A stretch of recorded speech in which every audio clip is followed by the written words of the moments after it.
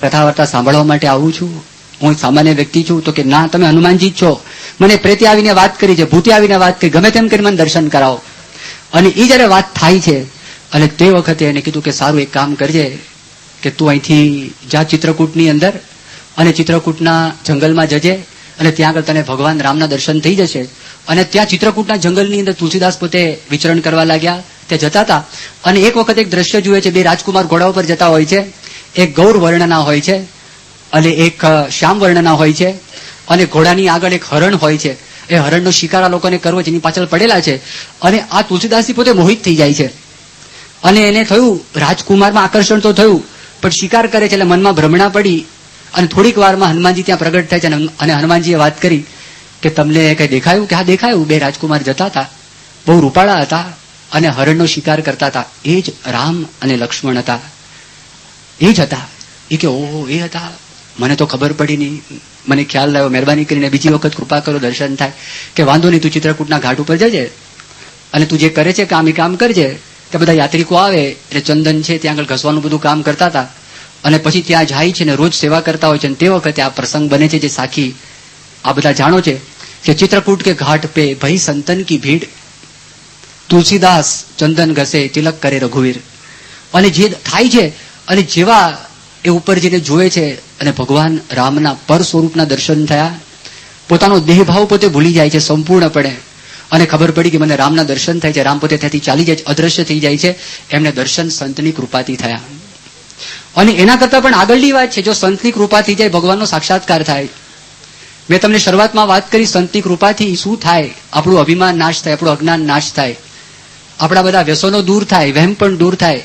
એના કરતા આગળની એક વાત છે જે સંત આપણને કરાવે છે, એ સંત ભગવાનમાં શ્રદ્ધા ઉત્પન્ન કરાવે છે, ભગવાનના દર્શન પણ આપણને થઈ જાય. અને આગળની ભૂમિકા છે એ ભૂમિકા છે ભગવાનનો સાક્ષાત્કાર. ભગતજી મહારાજને ગુણાતીતાનંદ સ્વામી સાક્ષાત્કાર કરાયો. ભગતજી મહારાજે શું કર્યું? ભગતજી મહારાજને ખબર પડી કે ગુણાતીતાનંદ સ્વામી સામાન્ય સાધુ નથી. ભગતજી મહારાજને એ પણ ખ્યાલ આવી ગયો કે ગુણાતીતાનંદ સ્વામીને ભગવાનનો સાક્ષાત્કાર છે એટલું જ નહીં, પણ આ ગુણાતીતાનંદ સ્વામી એ મને ભગવાનનો સાક્ષાત્કાર કરાવી શકે એમ. જેને ભગવાનનો સાક્ષાત્કાર થયો એને શું બાકી રહે? એની પાસે બધું આવી ગયું. કારણ કે ભગવાન પાસે બધું છે. સુખ જોઈએ છે, આમાં આવી ગયું. શાંતિ જોઈએ છે, આવી ગયું. અનંત કોટી બ્રહ્માંડના પદાર્થ જોઈએ છે, આવી ગયું. ભગવાન પાસે બધું જ છે. સત્તા જોઈએ છે, સત્તા પણ અંદર આવી ગઈ. આપણી બધી ઈચ્છાઓ છે, બધી ઈચ્છાઓ અંદર આવી જાય છે. એવા જો ભગવાન પ્રાપ્ત થાય તો. અને પછી ભગતજી મહારાજે સાધના શરૂ કરી. સાધનામાં આટલી સાધના બીજી કોઈ સાધના નહીં. યોગીજી મહારાજનું જીવન ચરિત્ર છે. તમને બધાને ભગતજી મહારાજનું જીવન ચરિત્ર વાંચવાની આજ્ઞા આ વખતે ચાતુર્માસમાં થયેલી છે. અને સંતોને યોગીજી મહારાજનો જે છઠ્ઠો ભાગ છે એ છઠ્ઠા ભાગમાં યોગીજી મહારાજ પોતે નાયરોબીની અંદર હતા અને તે વખતે પૂજ્ય ઈશ્વરચરણ સ્વામી યોગીજી મહારાજ પાસે કીર્તનો ગાતા. અને એક વખત ઘણા બધા કીર્તનો ગાયા તો એમાં પોતે પ્રસન્ન થઈ ગયા, રાજી થઈ ગયા, અતિશય પ્રસન્ન થયા યોગીજી મહારાજ. અને યોગીજી મહારાજે પોતે એક વાત કરી કે આ બધા જ કીર્તનનો સાર શું છે? એમ કરી યોગીજી મહારાજ બોલ્યા કે સત્પુરુષની પાસે હાથ જોડવા અને મન ગમતું મૂકી દેવું અને એમના ગમતાની અંદર સદૈવ રહેવું. સકલ કીર્તન માત્રનો આસાર, સકલ કથા માત્રનો આસાર. આટલી વાત જો આપણા હાથમાં આવી જાય. ભગતજી મહારાજ અભણ હતા, ભગતજી મહારાજ દરજી હતા. ભગતજી મહારાજ પોતે આ તો ગુણાતીતાનંદ સ્વામીના આશીર્વાદ થયા અને પહેલેથી કથા વાર્તાની અંદર પાવરતા હતા. બાકી ભગતજી મહારાજનું બીજી દ્રષ્ટિએ આપણે જોવા માટે જઈએ તો આધ્યાત્મિક દ્રષ્ટિએ ડોક્ટર સ્વામી ઘણી વખત વાત કરે. ભગતજી મહારાજે એવું આધ્યાત્મિક કામ લોકો પૂછે છે એવું કયું કામ કર્યું? એક કામ કર્યું. ગુણાતીતાનંદ સ્વામીમાં નિસ્તર્ક બુદ્ધિ, ગુણાતીતાનંદ સ્વામીમાં નિર્દોષ બુદ્ધિ, ગુણાતીતાનંદ સ્વામીમાં દિવ્ય ભાવ, ગુણાતીતાનંદ સ્વામીની આજ્ઞાનું પાલન, ગુણાતીતાનંદ સ્વામીની મરજીનું પાલન. એને લોક સામું જોયું જ નથી. પોતાનું સર્વસ્વ ગુણાતીતાનંદ સ્વામી માટે ન્યોછાવર કરી દીધું. સર્વસ્વમાં તો શું દેહ હતો અને સર્વસ્વમાં મન હતું. એ જે કામ થયું અને ગુણાતીતાનંદ સ્વામી પ્રસન્ન થયા. 3 વર્ષ સતત સાધના કરી. આમ તો સાધના મોટી કરેલી, 9 વર્ષની સાધના હતી, પણ ત્યાર પછીનો જે 3 વર્ષ હતા, સંવત 1917 થી 1920ની જે સાધના હતી, એમાં જાગા ભગત એવું કહેતા કે ભગતજી મહારાજ આ 3 વર્ષ દરમિયાન સૂતા જ નથી. અને પરંપરામાં આપણે એવું સાંભળવામાં આવ્યું છે કે 1 કલાક પોતે સૂતા અને 23 કલાક સેવા કરતા. સતત ચાલુ ને ચાલુ. દેહના ફૂરજા બોલાવી નાખ્યા. ગુણાતીતાનંદ સ્વામીની જીભ વળી, ભગતજી મહારાજનો દેહ વળ્યો. આમાંથી એક પ્રકરણ શરૂ થાય ને, મને લાગે આપણે બધા નાસી જઈએ. એક જ જો કહેવામાં આવે, વધારે નહીં, એક જ પ્રકરણમાં આવે, કદાચ એક જ કહેવામાં આવે, ભાઈ તમારા દીકરાને સાધુ થવાની પરવાનગી આપજો. ભાઈ સાહેબ સ્વામી આ ક્યાં લાવ્યા, આ ના બોલો. બીજી બધી વાત કરો. એક સારસાના ગિરધરભાઈ હતા, અને એ ગિરધરભાઈ પોતે સર્કલ ઇન્સ્પેક્ટર હતા, અને બધે ઠેકાણે ફરવાનું હોય ને, સત્સંગની બધી વાતો કરે. સરકારના, કારણ કે સરકાર મોકલે અને કામ સત્સંગનું કરે, એટલે સરકારી સાધુ કહેવાતા. એ આમ ગ્રહસ્થ પણ સરકારી સાધુ, સરકારના સાધુ કહેવાય. અને બધે ઠેકાણે જાય, મહિમાની વાત કરે, સત્સંગની વાત કરે, આ બધી વાતો કરે. એક વખત શાસ્ત્રીજી મહારાજને કહ્યું કે ગિરધરભાઈ, આ તમારા દીકરાને સાધુ બનાવત. તે સ્વામી તમે શું બોલ્યા? તમે એ વાત ના કરો, તમે એ વાત ના કરો. હું બીજાના 10 લાવી આપું. એટલે બીજાના 10 લાવી આપે તો તને શું? તું બીજાના 10 લાવી આપે તો તને શું? આ તો એક દ્રષ્ટાંત આપું છું. મોટા પુરુષ આવું કહેતા પણ નથી. એ તો જેના સંસ્કાર હોય, સંસ્કાર પ્રમાણે કામ થતું હોય, ગભરાતા નહીં. છોકરાને મોકલતા બંધ થઈ જાય, એને સંસ્કાર જ બંધ થઈ જાય કે આ તો કરવા જેવું નથી, અહીંયા મોકલવા જેવા છે જ નહીં, એવું મનમાં લાગે. એવું છે જ નહીં. પણ હું તમને એ વાત કરતો હતો કે ભગતજી મહારાજ તૈયાર હતા. ભગતજી મહારાજ તો સાધુ થવા તૈયાર હતા, પણ ના પાડી ગોપાળાનંદ સ્વામી. ગોપાળાનંદ સ્વામી તું લગ્ન કર. તો સાધુ તો આમે કે તે ભગતજી મહારાજને લગ્ન કરાવેલા. ભગતજી મહારાજને લગ્ન કરાવેલા. ભગતજી મહારાજ બધું છોડીને પછી જુનાગઢ આવેલા અને પોતે સાધના ત્યાં આગળ કરેલી ભગતજી મહારાજે. પણ એ 3 વર્ષના સાધનાના અંતે છેવટે એક પ્રસંગ બને છે. સતત 9 દિવસ સુધી એક રૂમમાં ખાધા પીધા વગર કશું જ નહીં એમને ધ્યાનમાં બેસાડે છે, અને 9મે દિવસે એમને ભગવાનના દર્શન થાય છે. ભગવાનના દર્શન થાય છે, ગદગદિત થઈ જાય છે. એમનો કંઠ બાષ્પથી રૂંધાઈ જાય છે, આંખની અંદર આંસુની ધારા, પ્રેમાશ્રુ એકદમ. અને તે વખતે ગુણાતીતાનંદ સ્વામી બારણું ખોલે છે અને પ્રાગજી ભગતજી મહારાજને પૂછે છે, પ્રાગજી કંઈ જોયું? કે હા, મને ભગવાનના દર્શન તો થયા, પણ સાધુ રૂપે દર્શન થયા. એનું કારણ શું છે? ગુણાતીતાનંદ સ્વામી કીધું, તને મારામાં હેત છે, તને સાધુમાં હેત છે, એટલે ભગવાન શ્રીજી મહારાજે તને આ રૂપે દર્શન દીધા છે, પણ હજી તું ધ્યાનમાં બેસ, અને અક્ષરધામમાં જે દિવ્ય મૂર્તિ રહી છે એના દર્શન થશે. અને પછી ત્યાં ફરી વખત ધ્યાનમાં એ દેખાય છે, અને એકદમ દિવ્ય સ્વરૂપના દર્શન. અનંત કોટી સૂર્ય, અનંત કોટી ચંદ્ર, અનંત કોટી અગ્નિ એને ઝાંખું કરી દે. જે ગીતામાં લખેલું છે, ન તદ ભાસય તે સૂર્યો, ન શશાંકો ન પાવક, યદ ગત્વા ન નિવર્તન્તે તદ ધામ પરમમ મમ. ત્યાં સૂર્યનો પ્રકાશ પહોંચી શકતો નથી, ચંદ્રનો પહોંચી શકતો નથી, અગ્નિનો પહોંચી શકતો નથી. આ ફરક છે. આ અગ્નિ આપણને દાજે ને બાળે, એ જુદો પ્રકાશ છે. શીતળ શાંત છે રે, તેજની ઉપમા નવ દેવાય. અને ભગતજી મહારાજના અંતરમાં એ મૂર્તિ દેખાઈ. ભગતજી મહારાજને દરેક ઠેકાણે, સ્થાવર જંગમમાં દરેક ઠેકાણે જ્યાં જુઓ ત્યાં રામજી દુસરો ન ભાસે રે, એવી એક સ્થિતિ કરી આપી. દરેક ઠેકાણે તમારા હૃદયમાં હકીકતમાં છે, પણ એમને દેખાય. સ્થાવર જંગમ દરેક ઠેકાણે અણુ અણુ પ્રત્યે દેખાય. અનંત કોટી બ્રહ્માંડના જીવ ઈશ્વરને હથેળીની અંદર આપણે પાણીનું ટીપું રાખીને સરળતાપૂર્વક જોઈ શકીએ, એટલી સરળતાપૂર્વક ભગતજી મહારાજ પોતે જોઈ શકતા હતા. ભગતજી મહારાજ દરજી હતા, પણ તમે બેઠા તમારા મનનો સંકલ્પ કે. ભગતજી મહારાજ જાણતા હતા, નડિયાદની અંદર, પેટલાદમાં ઘણા બધા સ્થાનમાં બધા પ્રસંગ બનેલા છે. એમાં આ તો બધું લખાયેલું છે, ને હમણાંના બધા પ્રસંગો જૂના નથી. પ્રમુખ સ્વામી વિદ્યમાન છે, એમના ગુરુ શાસ્ત્રીજી મહારાજ તો બધા ઘણા જૂના હરિભક્તો છે, રતિભાઈ એમને જોયેલા છે. અને એમના ગુરુ ભગતજી મહારાજ વાત કરે છે, અને બેઠા હોય કે બધા હરિભક્તો બહુ સારા છે, પણ નિષ્કપટ થતા નથી. ડોક્ટર હોય ને, ડોક્ટર પાસે તમે જેને કપટ કરો તો ચાલે? તમારું પેટ દુખતું હોય ને પછી એમ કહો કે શું થાય છે? એ કે માથામાં ખંજવાળ આવે છે. તે દવા આપે કે જા સ્કિન સ્પેશિયાલિસ્ટ પાસે, અહીંયા ખંજવાળ આવતી હોય તો ડોક્ટર પાસે કપટ ના ચાલે. ડોક્ટર પાસે જેમ જેમ નગ્ન થઈ જવું પડે, એક્ઝેક્ટલી તને શું થાય છે તું બોલ, એક્ઝેક્ટલી કેવું પડે. એમ આધ્યાત્મિક ડોક્ટર પાસે પણ આપણે બધું કેવું પડે ને. પણ કેટલાકને લાજ આવતી હોય, કેટલાકને શરમ આવતી હોય. તો એક હરિભક્તો ભગતજી મહારાજ પાસે નિષ્કપટ થયા કે સ્વામી મેં આ પાપ કર્યું, આમ કર્યું, આમ કર્યું, આમ કર્યું, તેમ કર્યું. બધું સાંભળ્યું ભગતજી મહારાજે, રાજી થયા. ભગતજી મહારાજ કે પણ પહેલી વાત કેમ કરતો નથી? પેલા ગામમાં, પેલા સ્થાનમાં શું થયું હતું? કે હા ભાઈ ભૂલ થઈ ગઈ, મારી ભૂલ થઈ ગઈ. બોલને પહેલેથી તો તને શુદ્ધ કરવા માટે તો આવ્યો છું, એના માટે તો હું અહીંયા આગળ આવ્યો છું. દરજી હતા. આ સ્થિતિ કેવી રીતે મળી? ગુણાતીતાનંદ સ્વામીની કૃપાથી આ સ્થિતિ પ્રાપ્ત થઈ. તો જો આપણને ખ્યાલ આવવો જોઈએ કે આ ગુણાતીત સંતમાં તફાવત છે. બધા પથરા સરખા નથી. બધા પથરા સરખા છે નથી, બધા પથરા સરખા. બધા ઝાડ સરખા છે, બધા ઝાડ સરખા નથી. બધા ડોક્ટરો સરખા છે. ઘણી વખત તમે ત્યાં આગળ, અમારી પાસે ડોક્ટર આવ્યા તો કોઈ ડિગ્રી જ નહીં, ડિગ્રી લગાવીને બેઠા છે.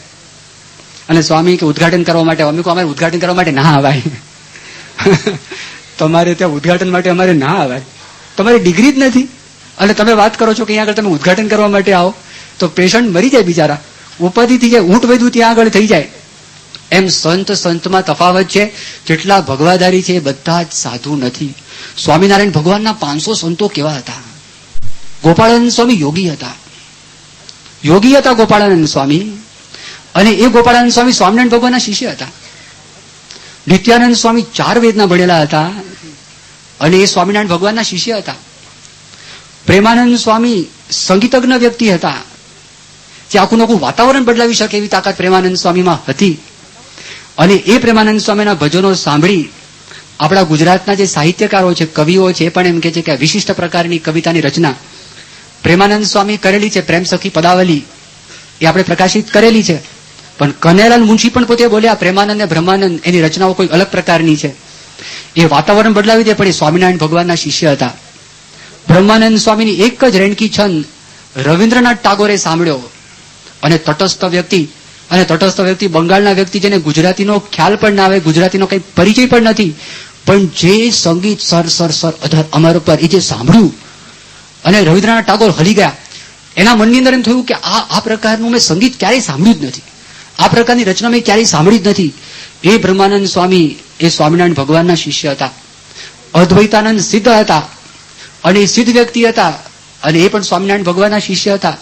સચ્ચિદાનંદ સ્વામી પણ સિદ્ધ હતા, એ પણ સ્વામિનારાયણ ભગવાનના શિષ્ય હતા. આવા 500 સંતો, 500 પરમહંસો, 3000 સંતો હતા, એમાંથી 500 પરમહંસો થયેલા.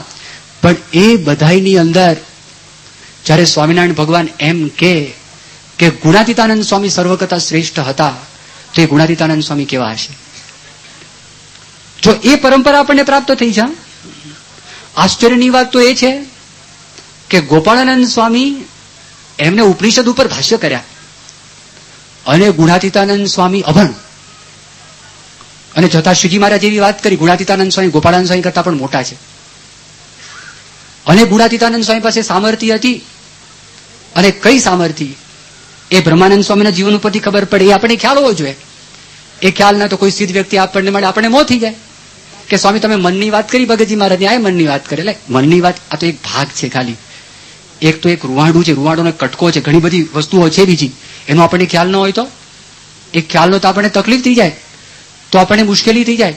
તો બ્રહ્માનંદ સ્વામી જયારે ભુજની અંદર ભણતા હતા, લજપત પાઠશાળામાં 24 કળા એમને વરેલી હતી, એમના ગુરુ શીખવાડેલી હતી. બ્રહ્માનંદ સ્વામી 3 વિદ્યામાં નિષ્ણાત, અશ્વ વિદ્યામાં નિષ્ણાત, મલ કુસ્તીમાં નિષ્ણાત, પછી તલવારથી લડવાનું એમાં નિષ્ણાત, શતાવધાનના પ્રયોગ કરે, સહસ્ર અવધાનના પ્રયોગ કરે અને જબરજસ્ત 10 વર્ષ સુધી પિંગળ શાસ્ત્રોનો બ્રહ્માનંદ સ્વામી અભ્યાસ કર્યો.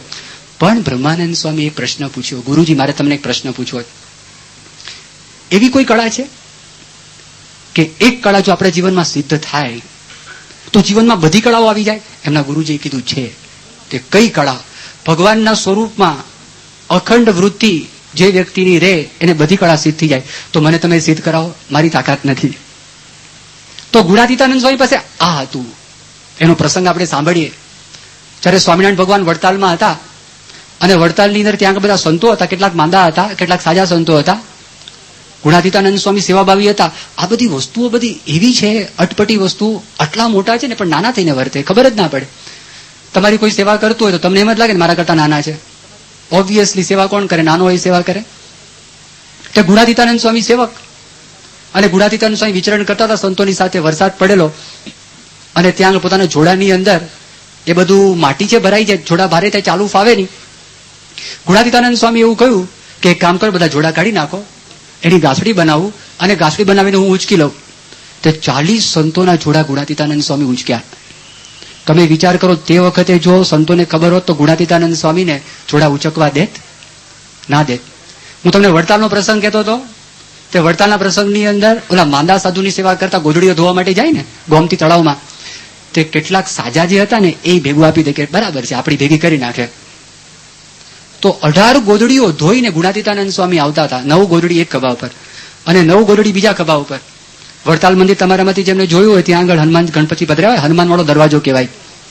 સ્વામિનારાયણ ભગવાન જમવા માટે ગયેલા વાસણ સુથારના ઘરે, અને સ્વામિનારાયણ ભગવાન જમીન જયારે પાછા આવતા હતા તે વખતે ગુણાતીતાનંદ સ્વામી ત્યાં મળ્યા અને દરવાજા પર 2 જણા ભેગા થયા.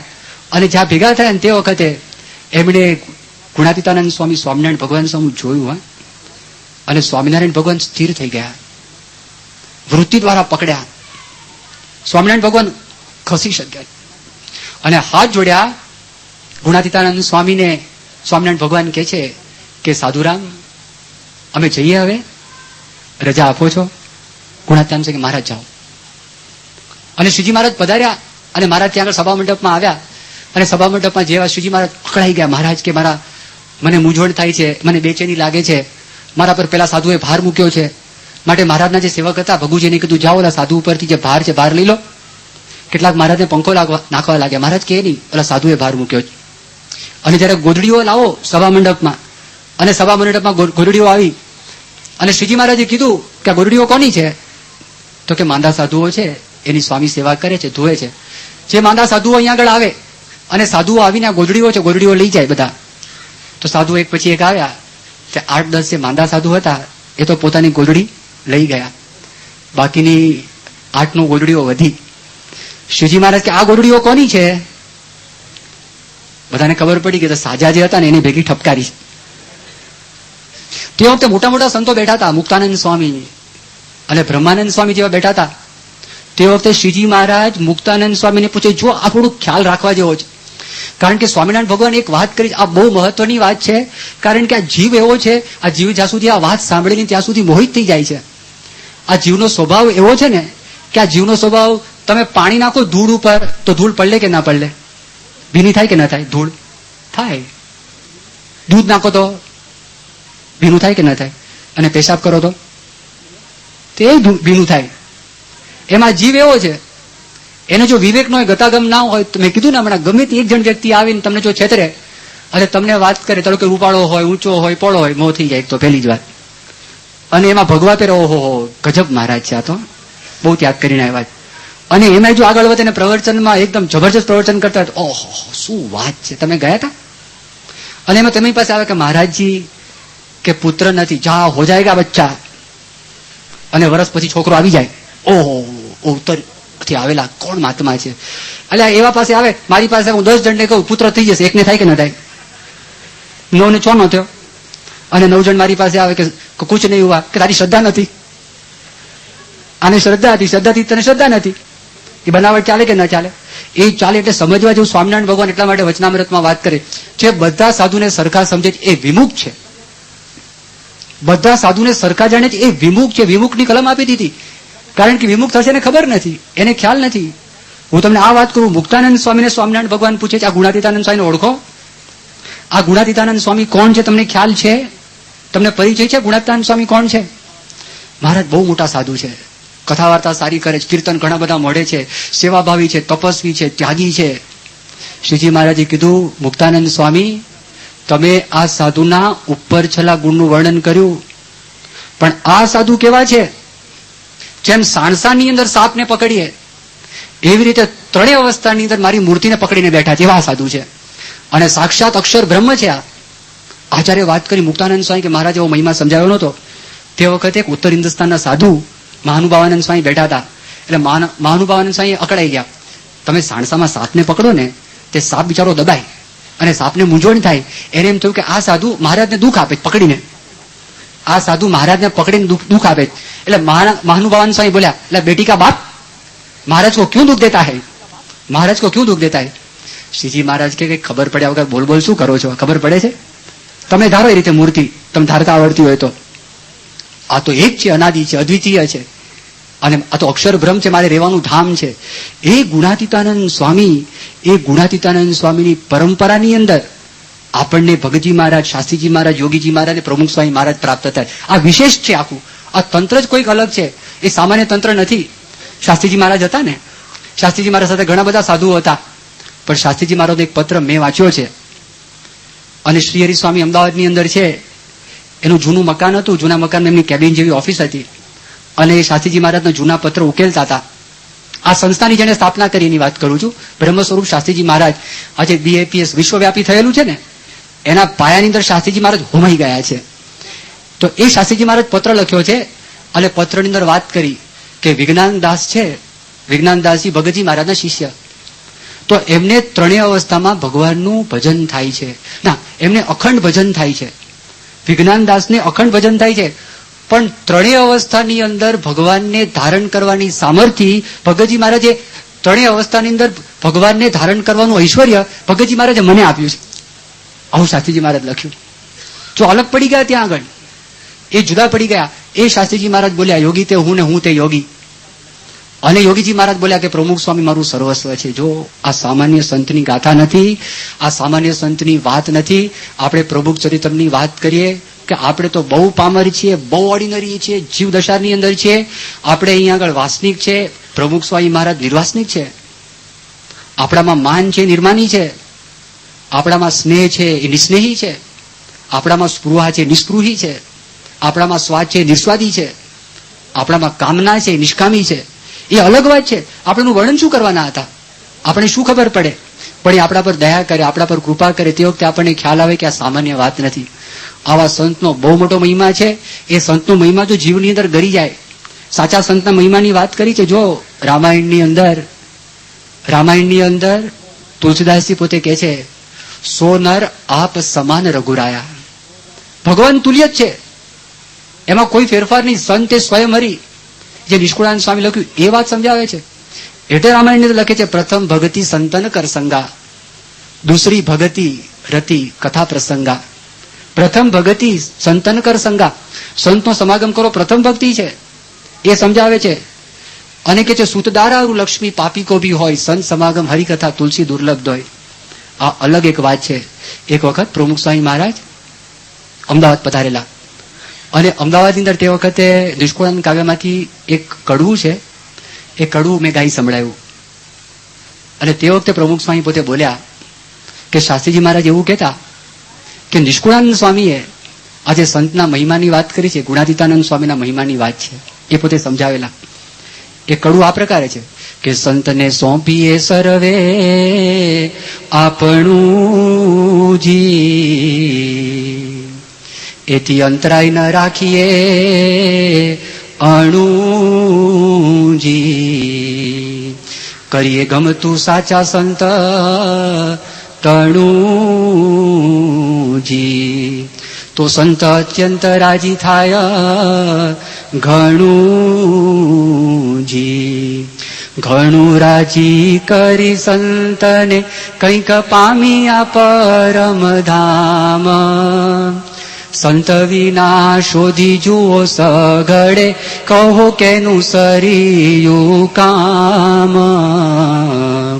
જેમ નાવ વિના નીર નિધિમાં નથી તરવા અન્ય ઉપાય, તેમ સંત વિના સંસાર તરવા સિદ્ધ ઈચ્છે કોઈ ઉરમાય.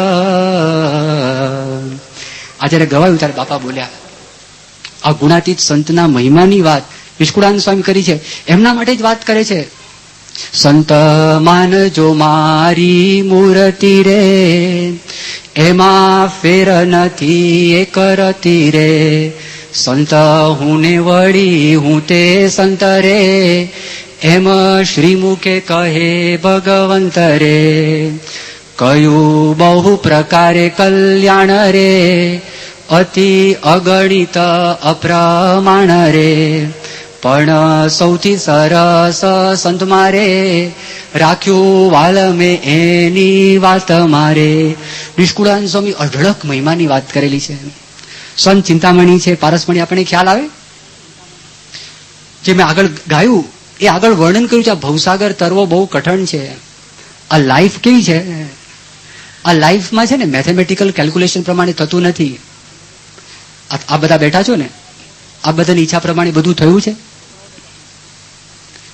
છોકરાઓ બેઠા છે અહીંયા આગળ, એમને પ્રશ્ન પૂછીએ કે 12મા ધોરણમાં તમે નક્કી કર્યું કે મારે 97% માર્ક લાવવા છે, પણ ઈચ્છા પૂરી થઈ છે? કેટલાકને વધારે આવ્યા છે, જે ઈચ્છા કરી ના કરતા પણ આવ્યા છે, 1-2 જણને. પણ એ સિવાય કેટલા બધા સંકલ્પો છે. અહીં બેઠા જ આપણે બધી ઈચ્છાઓ પૂરી થાય છે? બધી ઈચ્છાઓ તો પૂરી ન થાય. ઘણી વખત ધર્મ કરતા ધાડ પડે, ઘણી વખત ધર્મ કરતા ધાડ પડે, મારું ઊંધું થઈ જાય. તેના માટે વિન્સ્ટન ચર્ચિલ, જેણે બીજા વિશ્વયુદ્ધની અંદર બહુ મોટું કામ કરેલું, એ વિન્સ્ટન ચર્ચિલ પોતે એક વાત કરે છે, એ સાંભળવા જેવી છે.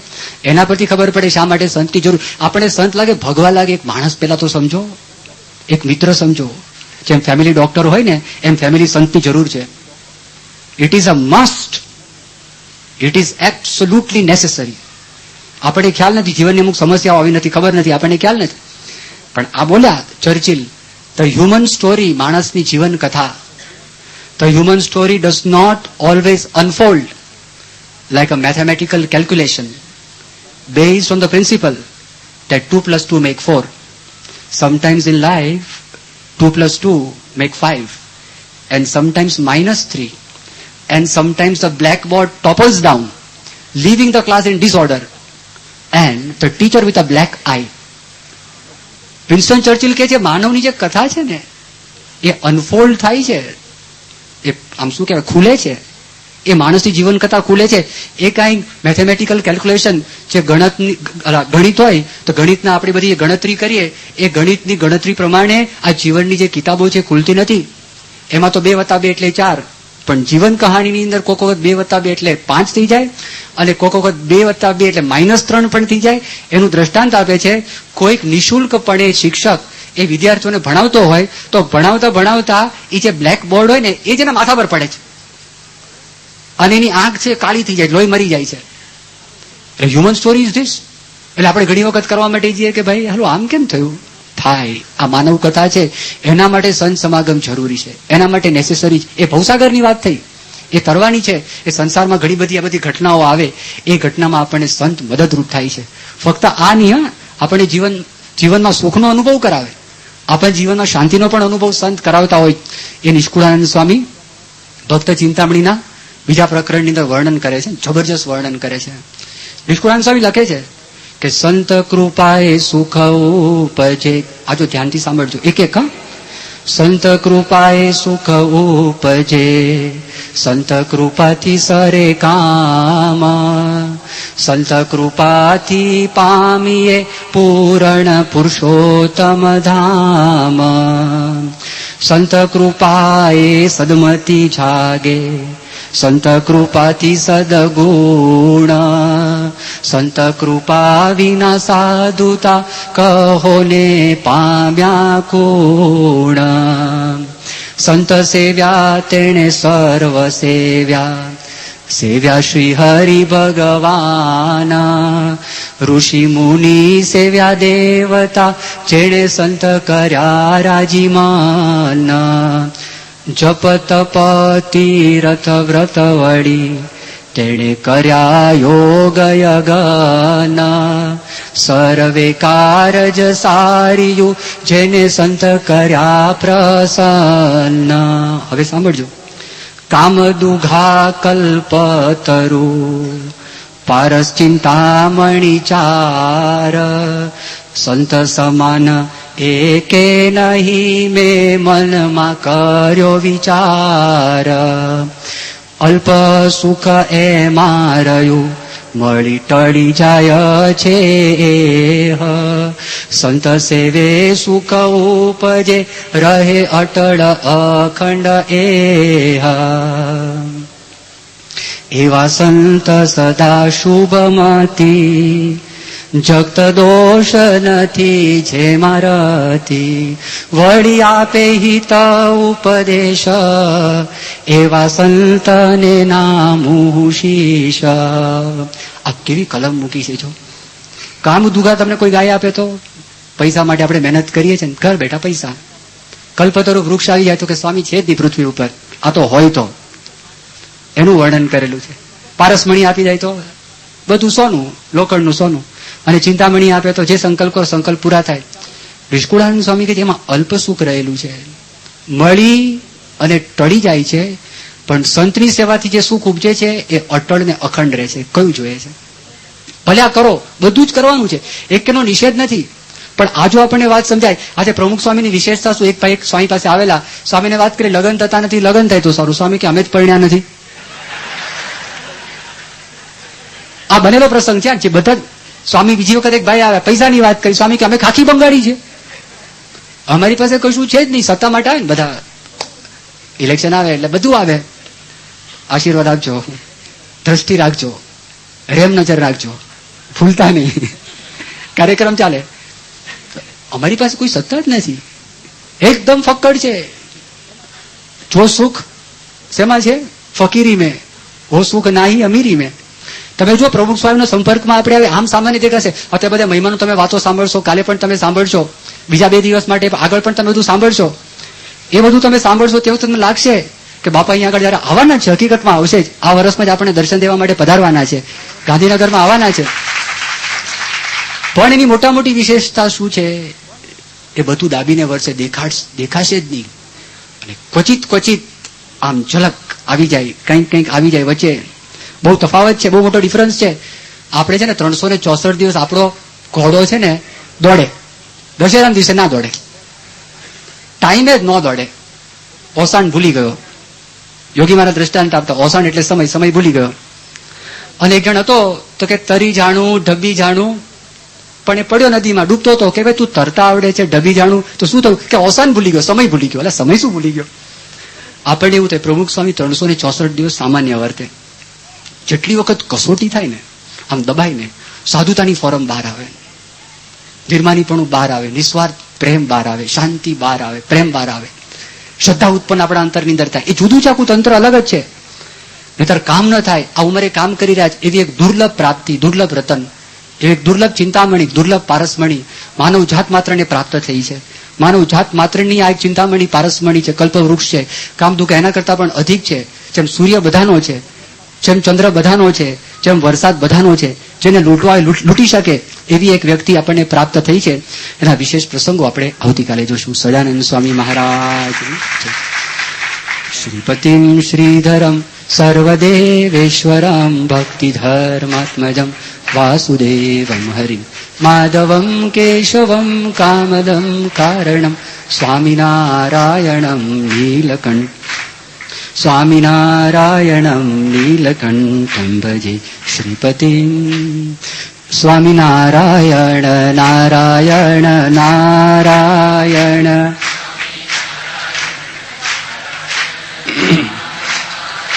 સ્વામિનારાયણ નારાયણ નારાયણ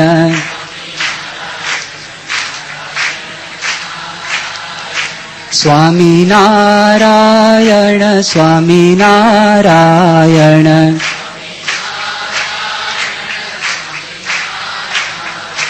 સ્વામિનારાયણ સ્વામિનારાયણ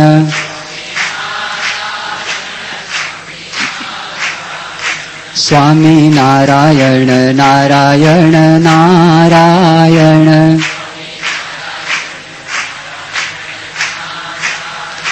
સ્વામિનારાયણ નારાયણ નારાયણ.